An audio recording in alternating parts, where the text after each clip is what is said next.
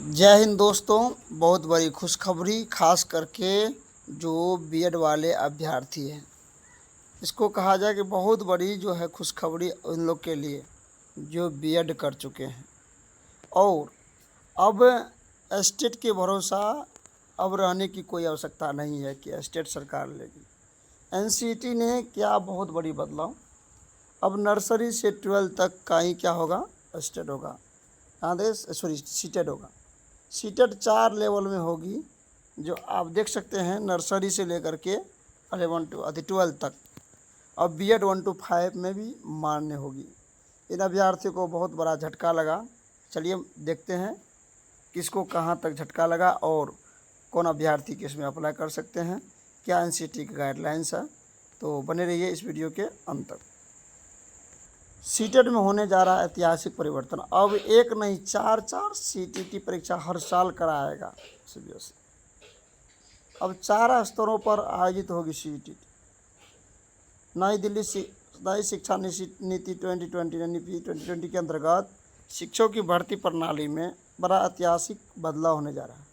इसके अंतर्गत एनसीईटी अधिनियम 2025 जल्द ही लागू किया जाएगा। इसके बाद सीटेट का पूरा ढांचा और स्वरूप बदल जाएगा। अब तक सिर्फ 2 स्तर पर सीटेट आयोजित होती थी, लेकिन नए प्रारूप के अनुसार यह 4 स्तरों पर आयोजित की जाएगी। प्री प्राइमरी, जिसको बाल वाटिका कहते हैं या ज्ञान वाटिका के नाम जानते हैं या आंगनवाड़ी सु कहते हैं। प्राइमरी, जिसको 1 to 5 कहते हैं। Junior 6 to 8। टीजीटी और पीजीटी 9-10। उसके बाद अब सीटेट 4 स्तर पर आयोजित होगी। ये बात ऊपर भी लिखा हो। प्री प्राइमरी बाल वाटिका, जिसको उत्तर प्रदेश में बोलते हैं और जगह, और उसके बाद प्राइमरी 1 से 5 तक, जूनियर के लिए 6 से 8 तक, और टीजीटी पीजीटी, क्योंकि यही 9 से 12 तक के लिए स्टेट का इंतजार अभ्यर्थियों को क्या करना पड़ता था। यह समय है तैयारी करो, नई दिशा देने का। शिक्षक बनने का सपना अब पहले से कहीं अधिक संगठित, स्पष्ट और उत्साहजनक हो जाएगा। आगे क्या कह रहा है देख लीजिए।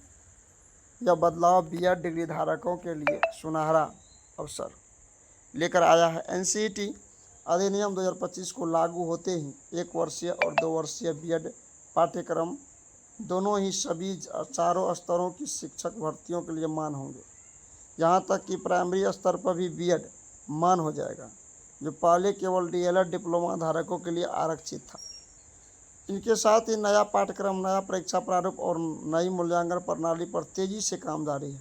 सीबीएसई और एनसीईटी मिलकर एक ऐसी समग्र और सशक्त शिक्षक चयन प्रणाली तैयार कर रहे हैं जो अपने आने वाले समय में शिक्षा की गुणवत्ता को भविष्य में तय करेगी। इन्हीं बड़े बदलावों के चलते सीटेट जुलाई 2025 परीक्षा का फॉर्म जारी नहीं किया जा गया। अब परीक्षा नई प्रणाली और बदलते हुए प्रारूप के अंतर्गत आयोजित की जाएगी। अब घाटा किन अभ्यर्थियों को हुआ, ये बात जानते हैं। जो आप बता रहे हैं एनसीईटी की गाइडलाइंस, जो डीएड वाले हैं, जिसको डीएलएड के नाम से जानते हैं, और वो केवल 1 से 5 तक में अगर फॉर्म भर सकते हैं। और जो बीएड वाले हैं, वो अगर यदि 1 से यानी प्री प्राइमरी से लेकर 12 तक फॉर्म भर सकते हैं। तो क्या बीएड और डीएलएड अलग अलग करने से क्या फ़ायदा मिला? आप पहले बताते कि डीएलएड आपको मान्य नहीं होगी, एक केवल बीएड वाले इसमें आ सकते हैं। जब एनसीईटी ने गाइडलाइंस दे दी है कि डीएलएड वाले 1 to 5 में जाएंगे, 6 to 8 में जाएंगे, बीएड वाले टीजीटी पीजीटी में जाएंगे। आप समझ गए मेरे बातों को। तो इन लोग अभ्यर्थी को बहुत बड़ा झटका, और ये अभ्यर्थी भी मानने वाले नहीं है। ये कोर्ट केस होगी और कोर्ट में जाएगी ये बात। तो आगे देखिए अब क्या होती है नहीं होती है। तो आज की वीडियो में इतना ही, फिर मिलते हैं नेक्स्ट वीडियो में। तब तक के लिए धन्यवाद। जय हिंद, जय भारत।